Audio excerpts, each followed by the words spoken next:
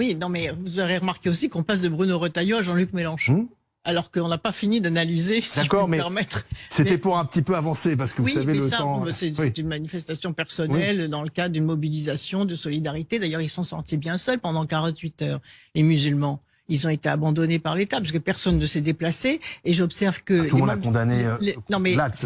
Ils ont réagi plus vite à l'attentat au Canada qu'à l'attentat sur notre sol dans une mosquée. Et si l'on continue la question de la différenciation, parce que pour rebondir positivement sur ce que dit Alain, dans cette société fracturée, une des façons de lutter contre la fracturation de la société, c'est de ne pas faire de différence entre justement les différentes croyances, les différentes sensibilités, même les non-croyants. Mais ça, c'est pas possible, parce que quand tu es dans un pays islamophobe, tu ne peux pas ne pas faire de différenciation entre les religions.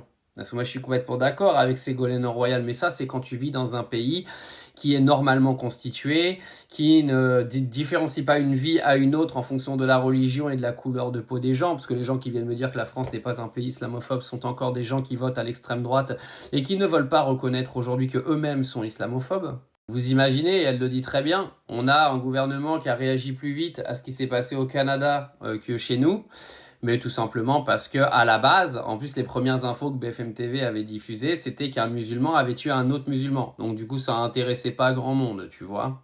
Et j'aime bien parce qu'elle a utilisé le terme attentat, hein. Donc un terme qui n'a absolument pas été utilisé par Retailleau, par le gouvernement, ni par les médias, et c'est bien un attentat terroriste, d'accord? Quand tu viens tuer un musulman dans une mosquée par idéologie religieuse, c'est une attaque terroriste. Et c'est pas parce que le mec qui a tué est français qu'il faut arrêter à chaque fois de ne pas utiliser ces termes qui ne sont utilisés que quand c'est des Arabes qui tuent.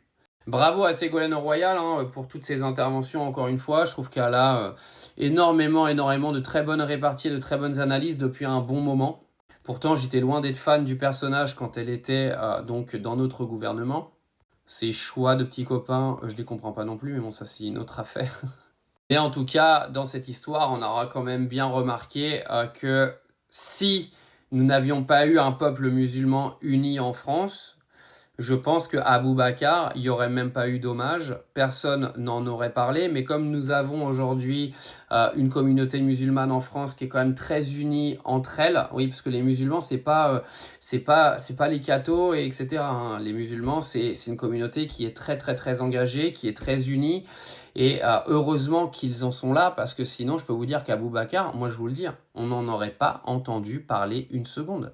Là, les médias sont obligés d'en parler. BFM est un petit peu obligé de se placer du côté des musulmans parce que sinon, ils vont se faire défoncer. Je pense qu'il y a une énorme hypocrisie derrière, mais ça, c'est encore une autre histoire. Mais encore heureux que les musulmans sont là dans le pays, moi, je vous le dis.